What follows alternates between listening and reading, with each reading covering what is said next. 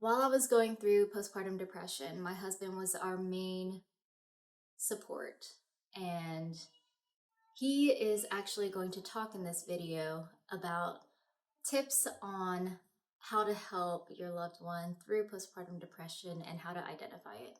So I hope you enjoy. Hey y'all, my name is Joanna Calloway, and in my channel, I talk about faith, motherhood, and culture, and finding your identity amongst all those things without having to sacrifice your role as a caretaker.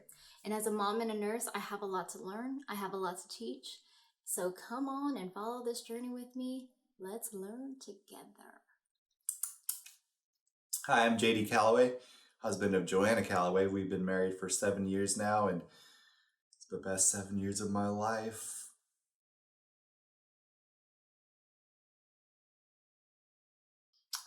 It's a word I've heard before. It's one of those things where, you never think it'll happen to you. It's something that happened to these other people that have gone through it, but I've never seen it firsthand. And when I did see it firsthand, I was confused. I was scared. And like I said,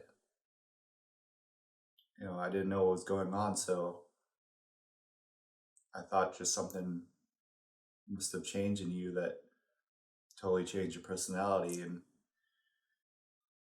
I was like, oh no, I married a woman monster.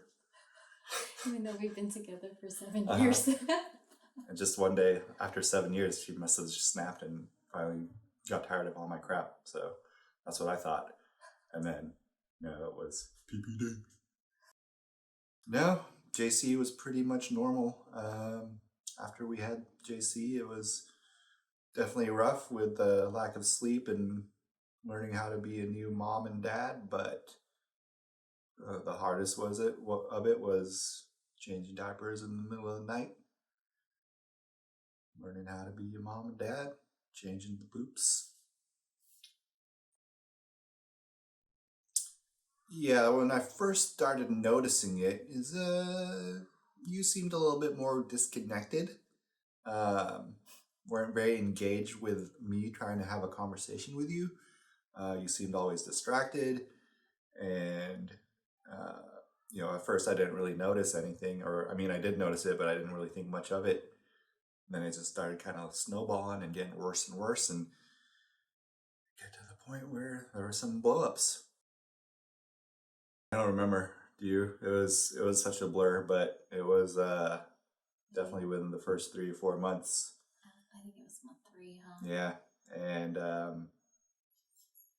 it was just some sort of discussion that turned into a argument, and you were thinking things that you convinced in your mind that happened that didn't happen, and I didn't know what to do, and it just made it worse. So it was scary. At that time, I had no idea that could be a part of postpartum depression. I just kind of thought you had gone crazy. I was like, is this the woman that I married? Did I make a mistake doing this? Because if this is going to be how it is, this is not what I signed up for, because I'd never seen you like that before. It was definitely terrifying. I mean, if you know Joanna, you know she's the happiest person I know. Sweetest and most loving person. And then she turned into like B mode times 1,000. The fire of 1,000 suns. Oh my gosh. Tips for husbands. I would say if your partner or wife starts acting weird and comes out of nowhere, look it up. Look up postpartum depression. There's a book called The Postpartum Husband that I highly recommend. It's like 50, 80 pages max, but I read it in like, an hour or two. But it really helps put in perspective what you need to do when you encounter this, because it can take on many shapes and forms. Mine was having to deal with a delusional wife who we had arguments over things that um, she formulated in her mind, and I learned to say, "Hey, I'm here for you, and I know this is a rough patch you're going through, but we'll get through this together." And that seemed to help, just to let her know that this is an illness that many people deal with, and it shouldn't be a shame for her to seek help or have to fight through this together, and that's what we did. Yeah, so Joanna one day came to me. She said, "Hey, I know something's not right with me. Is there anyone we can talk to maybe see if we can get back on the right track? Because there's definitely something in terms of some sort of imbalance or something that we need to talk through." And she agreed, and we met this awesome therapist that helped us through it. I was able to join a couple sessions, and that was really eye-opening because she helped me as well.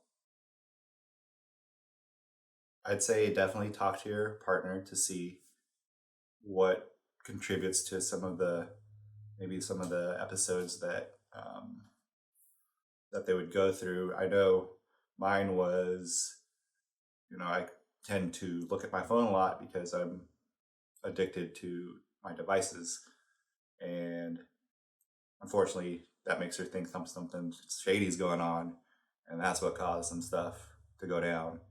So I told her, okay, I'll limit it because I know you're I mean, it's until this day, I'm so annoyed by devices yeah, in general. but that's what it is. Make sure your partner feels supported and is validated with their feelings, saying, "Hey, this is just a episode you're going through. I'm always going to be here for you. What you're feeling right now is not real." And sometimes they're not going to believe that when you say it right there, but at some point when they think about it and think about it logically, they'll start to realize, yes, I am going through an illness, and my husband's supporting me, so it's all that matters. And that's the number one tip. Don't get impatient, because doing tip number one, sometimes that takes a lot of doing, and if you have to repeat it 5, 10, 15 times, it's going to have to happen 5, 10, 15 times.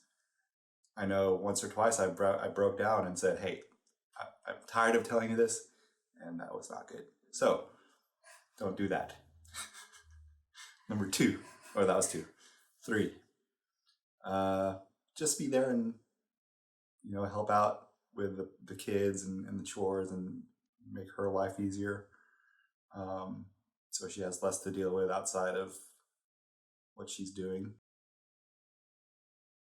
Do you feel like you got your wife back already? Yes, for the most part. I do. How long did it take for me to come back? Probably till 9 months. Till when Kyle was about 9 months, I felt like you were kind of back to normal. It's a long time. Yeah, I mean, it's definitely a tough thing. Being that backbone and support for your spouse is a tough job, and it just seems like sometimes you don't have any time for yourself to recover or de-stress, given that you're handling all of this at the same time helping raise your boys. So sometimes, man, you just gotta suck it up. You think so? Yeah, I don't know what else to do. I just did it.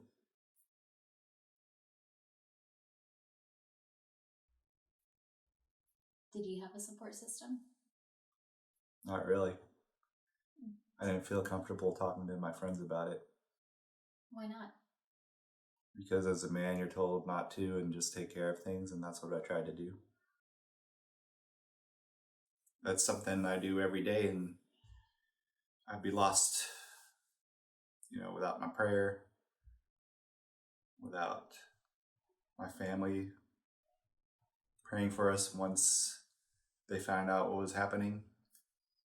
And one day we just sat in a circle, held hands, and that was one of the best things that had happened to us, because we just really felt like a weight was lifted off our shoulder.